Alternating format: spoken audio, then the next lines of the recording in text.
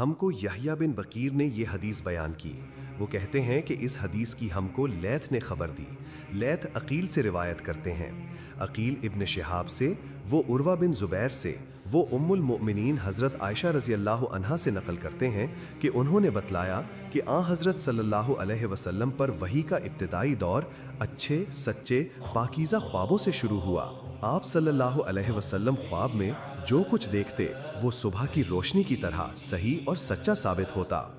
پھر من جانب قدرت آپ صلی اللہ علیہ وسلم تنہائی پسند ہو گئے اور آپ صلی اللہ علیہ وسلم نے غار حرا میں خلوت نشینی اختیار فرمائی اور کئی دن اور رات وہاں مسلسل عبادت اور یاد الہی و ذکر و فکر میں مشغول رہتے۔ جب تک گھر آنے کو دل نہ چاہتا توشہ ہمراہ لیے ہوئے وہاں رہتے۔ توشہ ختم ہونے پر ہی اہلیہ محترمہ حضرت خدیجہ رضی اللہ عنہا کے پاس تشریف لاتے اور کچھ توشہ ہمراہ لے کر پھر وہاں جا کر خلوت گزین ہو جاتے۔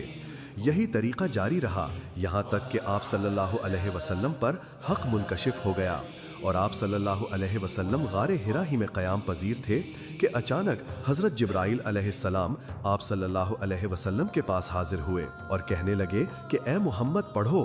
آپ صلی اللہ علیہ وسلم فرماتے ہیں کہ میں نے کہا کہ میں پڑھنا نہیں جانتا۔ آپ صلی اللہ علیہ وسلم فرماتے ہیں کہ فرشتے نے مجھے پکڑ کر اتنے زور سے بھینچا کہ میری طاقت جواب دے گئی، پھر مجھے چھوڑ کر کہا کہ پڑھو۔ میں نے پھر وہی جواب دیا کہ میں پڑھا ہوا نہیں ہوں۔ اس فرشتے نے مجھ کو نہایت ہی زور سے بھینچا کہ مجھ کو سخت تکلیف محسوس ہوئی، پھر اس نے کہا کہ پڑھو۔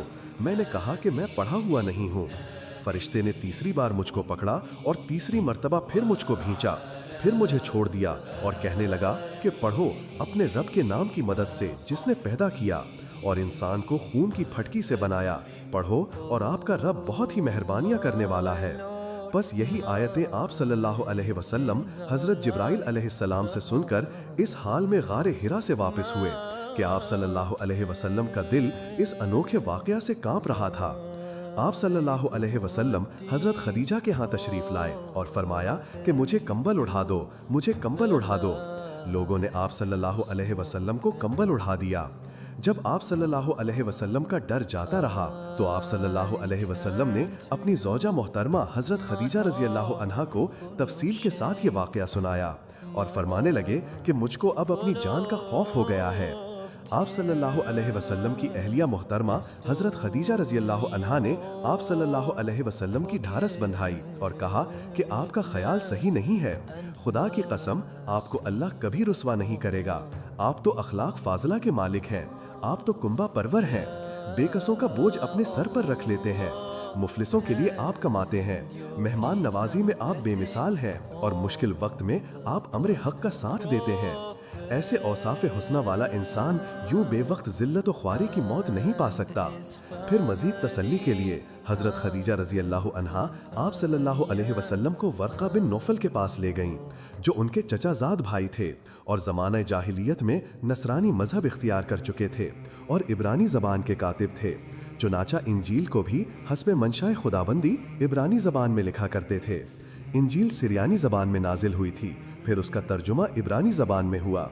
ورقہ اسی کو لکھتے تھے۔ وہ بہت بوڑھے ہو گئے تھے، یہاں تک کہ ان کی بینائی بھی رخصت ہو چکی تھی۔ حضرت خدیجہ رضی اللہ عنہا نے ان کے سامنے آپ صلی اللہ علیہ وسلم کے حالات بیان کیے اور کہا کہ اے چچا زاد بھائی، اپنے بھتیجے محمد صلی اللہ علیہ وسلم کی زبانی ذرا ان کی کیفیت سن لیجئے۔ وہ بولے کہ بھتیجے، آپ نے جو کچھ دیکھا ہے اس کی تفصیل سناؤ۔ چنانچہ آپ صلی اللہ علیہ وسلم نے از اول تا آخر پورا واقعہ سنایا، جسے سن کر ورقہ بے اختیار ہو کر بول اٹھے کہ یہ تو وہی ناموس معزز رازدان فرشتہ ہے جسے اللہ نے حضرت موسیٰ علیہ السلام پر وحی دے کر بھیجا تھا۔ کاش میں آپ کے اس عہد نبوت کے شروع ہونے پر جوان عمر ہوتا، کاش میں اس وقت تک زندہ رہتا جبکہ آپ کی قوم آپ کو اس شہر سے نکال دے گی۔ رسول کریم صلی اللہ علیہ وسلم نے یہ سن کر تعجب سے پوچھا کہ کیا وہ لوگ مجھ کو نکال دیں گے، حالانکہ میں تو ان میں صادق و امین و مقبول ہوں۔ ورقہ بولا ہاں یہ سب کچھ سچ ہے، مگر جو شخص بھی آپ کی طرح امر حق لے کر آیا لوگ اس کے دشمن ہی ہو گئے ہیں۔ اگر مجھے آپ کی نبوت کا وہ زمانہ مل جائے تو میں آپ کی پوری مدد کروں گا۔ مگر ورقہ کچھ دنوں کے بعد انتقال کر گئے، پھر کچھ عرصہ تک وحی کی آمد موقوف رہی۔